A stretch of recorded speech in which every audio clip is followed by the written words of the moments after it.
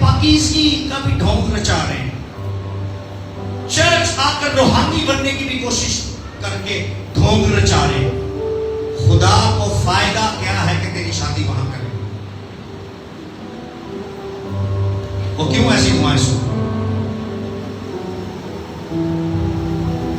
मगर चंद लोगों की शादी खुदा ने करवाई भी, क्योंकि उसमें खुदा को अपना कोई फायदा।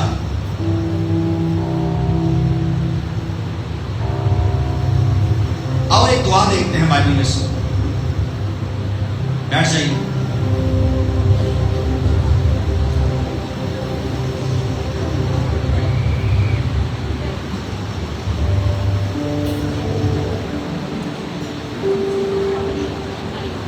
दूसरी तवारीख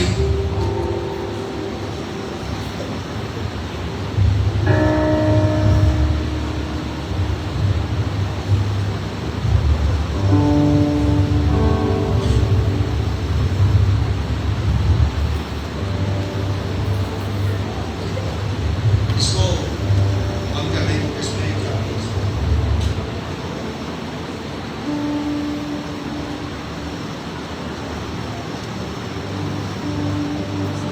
दूसरी तवारीख उसका 6वां बाब।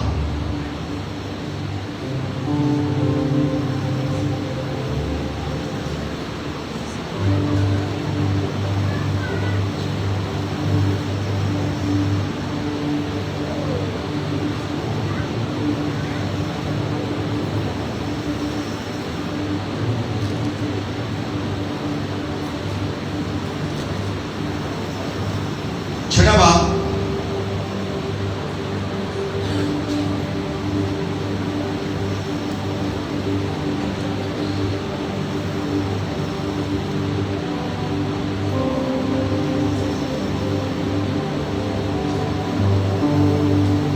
यौन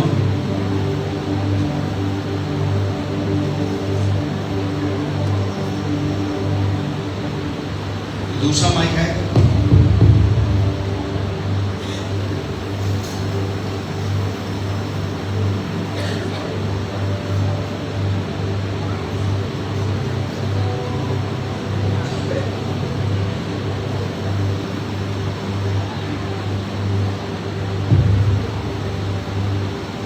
इधर हिब्रू में इधर देखिए, तवारीख की जो दूसरी किताब है उसके आगाज में ही खुदा के घर के बनने और बनाए जाने की गुफ्तगू की गई और वो सब कुछ बताया और दिखाया गया है कि किस किस तरह से खुदा का घर बनाया गया। हैकल, पहली हैकल जो पत्थरों की बनाई थी, उस पहली हैकल के बनाए जाने का सारा वाकया, कहानी नहीं बल्कि वाकया मौजूद है तवारीख की दूसरी किताब। कहानी बनाई जाती है, कहानी गढ़ी जाती है, लेकिन वाकया रियलिटी में होता है। तो वो वाकयात जो पहली हैकल, जो मजबूत हैकल, पत्थरों की हैकल जो बनाई गई है, उसके बनाए जाने का यहां जिक्र है। अगर आप दूसरा बाब इसका देखें तो इसकी हेडिंग में लिखा है हैकल की तामीर के लिए तैयारियां। यहां हैकल की तामीर के लिए जो है वो तैयारियां हमें नजर आती हैं।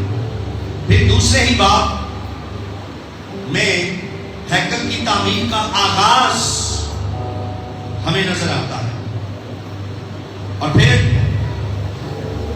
चौथे बाब में हैकल की बहुत सारी चीजों के साजो सामान वहां लाए जाते हैं और फिर पांचवें बाब के मुताबिक जब हैकल तामीर हो जाती है तो फिर हैकल के अंदर जो सबसे इंपॉर्टेंट चीज है वो अहद का, आवाज आ रही, अहद का, फिर वो संदूक हैकल में लाया जाता है। और जब अहद का संदूक वहां लाया गया तो पांचवें बाब में ही एक वाकया हमें नजर आता है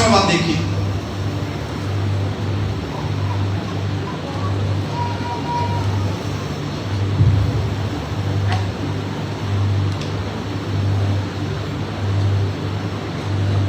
बाप की 13वीं आयत पढ़ो बेटा जल्दी से।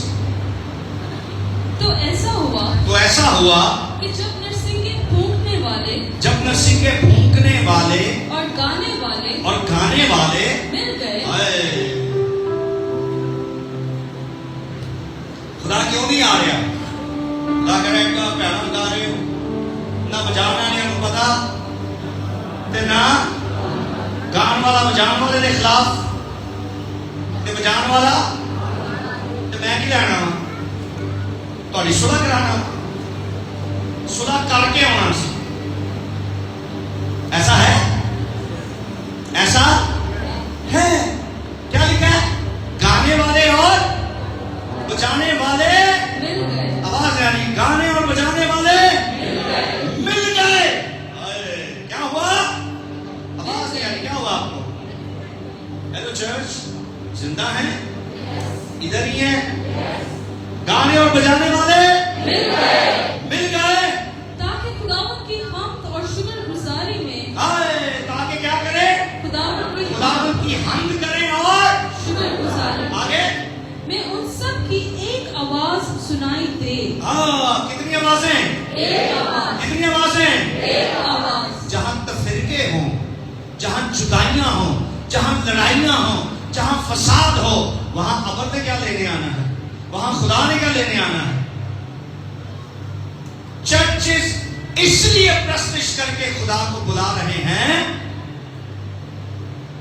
क्योंकि वो सब एक नहीं, उनके ख्याल एक, उनकी आवाजें एक, उनका बजाना एक।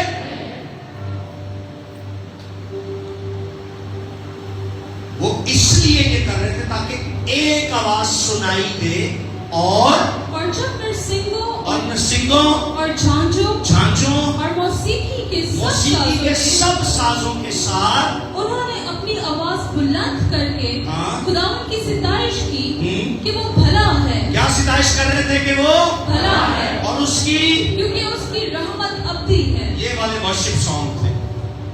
मर गया, डूब गया, मैनू बचा ला, मैनू फाड़ ला, ये वाले सॉन्ग्स नहीं थे, बल्कि वहां वर्शिप सॉन्ग्स कौन से थे? क्या लिखा है? वो भला है, वो भला है क्योंकि उसकी रहमत अब्दी और उसकी रहमत क्या है? अब्दी है। ये है वर्शिप। ये वर्शिप हुई फिर क्या हुआ? तो वो घर जो खुदावंद का मस्कन है अबर से भर गया। अबर से भर गया। अबर से भर गया। अबर से भर गया। जलाल पहले ही वहां मौजूद है और ज्यादा वो अबर से आगे आगे आगे यहाँ तक के काहिन अबर के सबब से खिदमत के लिए खड़े ना रह सके और वो स्लेन हो गए। आंध्र स्लेनिंग बाइबल में नहीं है, अंधे हो गए, नजर नहीं आ रही।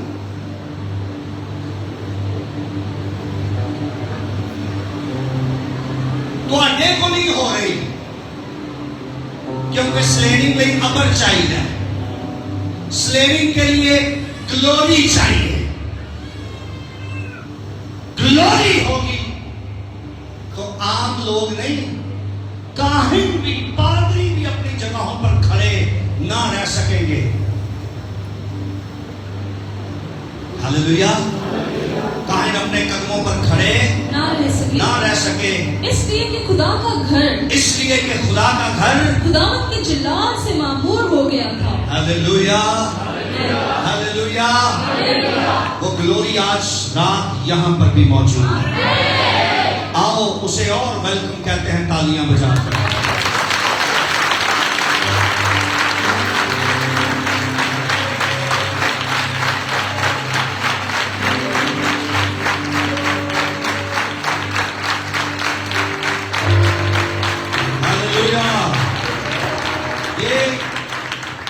हमारी इबादतों की तरतीब यहीं से ली गई कि पहले वर्शिप हुई, पहले क्या हुई?